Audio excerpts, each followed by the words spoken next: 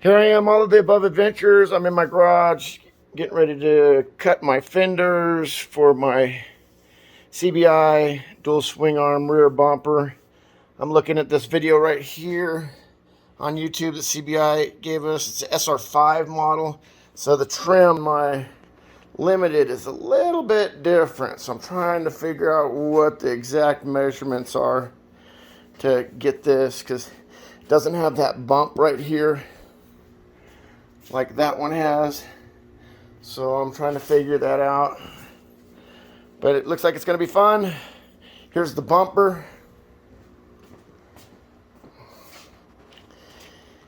And I'm excited to get it on there. It's going to be a little bit of work, but it's going to be worth it. So I started taping it, but like I said in the earlier, it's not matching up with what they have because they have an SR5. And can't get the reference for right here. And there's not really any reference because this kind of changes too on the Limited. So what I'm going to do is I'm going to pull the whole bumper off.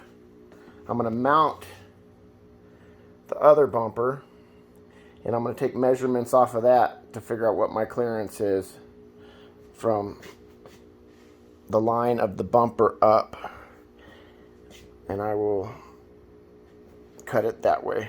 That way I can make sure all these lines are perfect. What I am thinking is probably a 1/2 inch, 3/8 of an inch clearance. That way if there's any flex. So basically I take all these screws out along here. There's some other screws that are holding it up under here.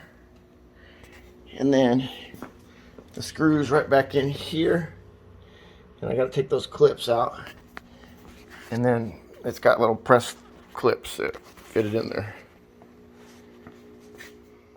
With these clips I just take my screwdriver and get in there and pop this center piece out.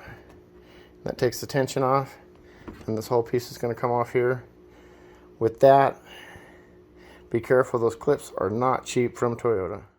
With the Limited, we have the backup assist. There's what's mounted up right there, so I'm going to unplug that plug and it'll all come off. Bumper off.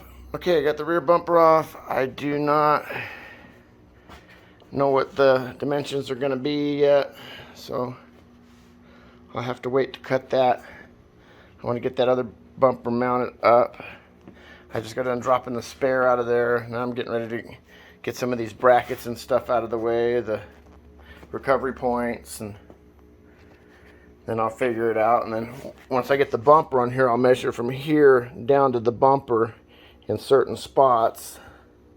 That way I can get my lines down to where I need to go, you know. And same thing for here. I'll measure off of here out to the bumper. I'm sorry, from here out to the bumper and get my lines and my measurements. Figure that's probably the safest way to do on this Limited. Okay, I could use a breaker bar with a socket. I put some WD on there, let it soak for a little bit while I pulled the rest of the stuff off. But I wanted to show you this trick real quick. This is pretty much an extension to that. Take another wrench, put it in there, and that'll help you get enough leverage to take it off. And it's up to you guys, but this is what I'm going to do. Is I'm going to take a wire brush all these seams and welds where the paint's coming off, and I'm going to touch it up with some paint and put some rust treatment on there. Okay, so I pulled everything off. I cleaned this up, repainted it. Now I just need to put the bumper on, measure, cut, and we will be done. Oh, I can't forget about lowering that exhaust down. And I do not have anybody to help me, so I got some tie straps coming over the top through the rack, tied to here to give me some leverage, so once I get it up there I'll be able to put the bolts in. So we'll see if that works. Well, it looks like it worked. holding it up there, and now I can put the 2 screws inside the hole right here to hold it up, and then I can put the other screws underneath the bottom.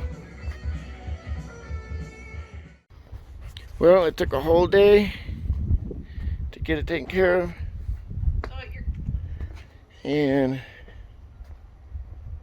there's the finished product.